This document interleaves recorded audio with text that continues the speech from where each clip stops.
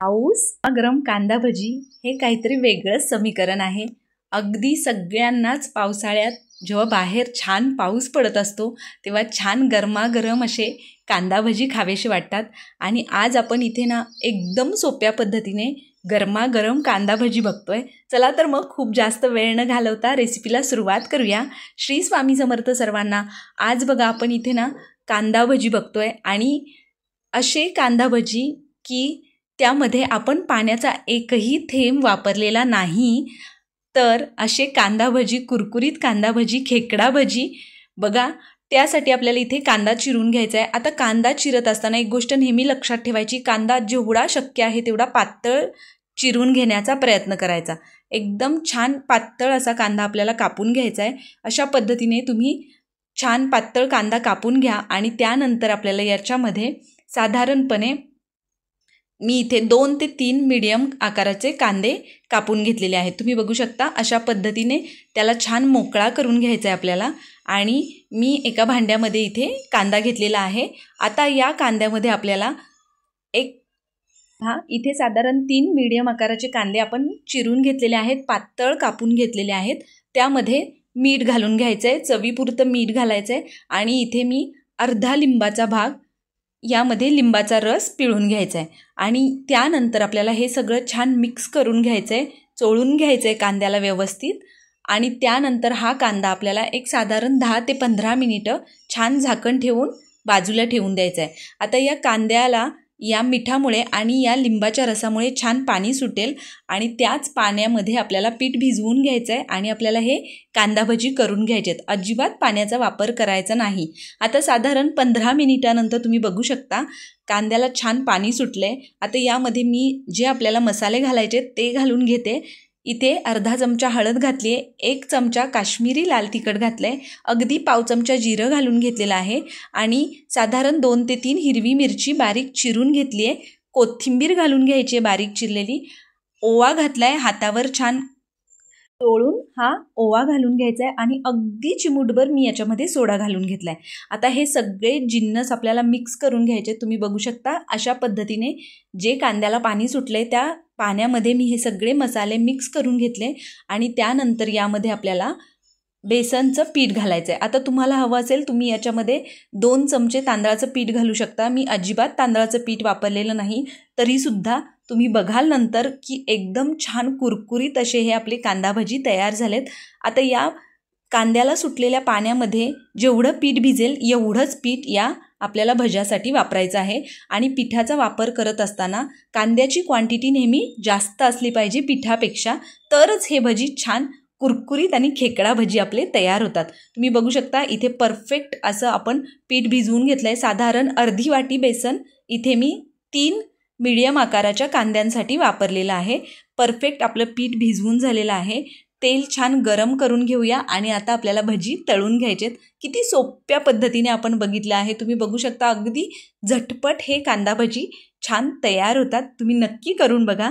तेल छान कडकडीत गरम होऊ द्यायचं आणि त्यानंतर त्या गरम झालेल्या तेलामधलं साधारण 2 ते 3 चमचे तेल या पिठामध्ये घालून घ्यायचे, जेणेकरून आपल्या या भज्यांना खूप जास्त तेल पकडत नाही, अजिबात तेलकट भजी होत नाहीत आणि एकदम कुरकुरीत असे हे आपले कांदा भजी तयार होतात।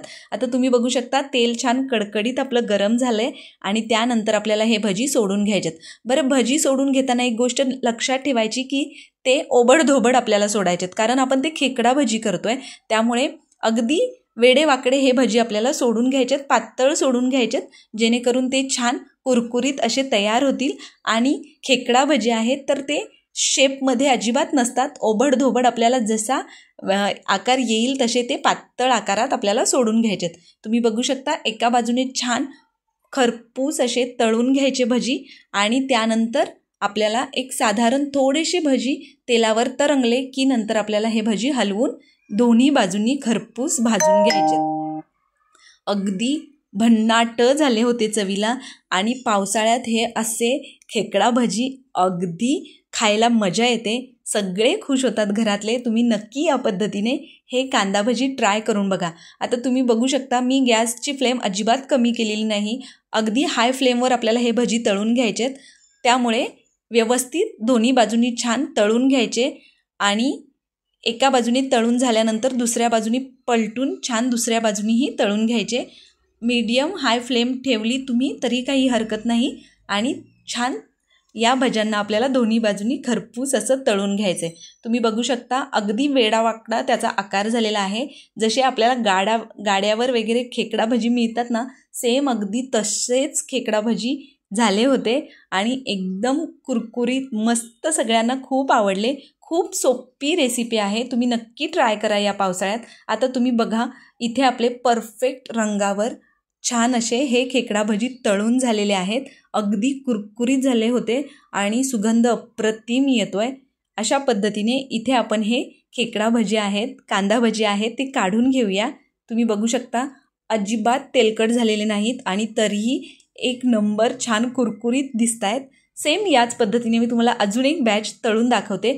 फक्त हे भजी सोडत असताना अगदी पातळ सोडायचे, अजिबात आकाराचा विचार करायचा नाही. अगदी ओबडधोबड जसे येतील तसे सोडून द्यायचे आणि गॅसची फ्लेम हाय ठेवायची, जेणेकरून हे भजी मऊ पडत नाहीत, अगदी कुरकुरीत असे तयार होतात. आता अगदी हाय फ्लेमवर या भज्यांना मी दोन्ही बाजूंनी खरपूस असं तळून घेतलं आणि इन्स्टंट हे कांदा भजी खाण्यासाठी तयार होतात.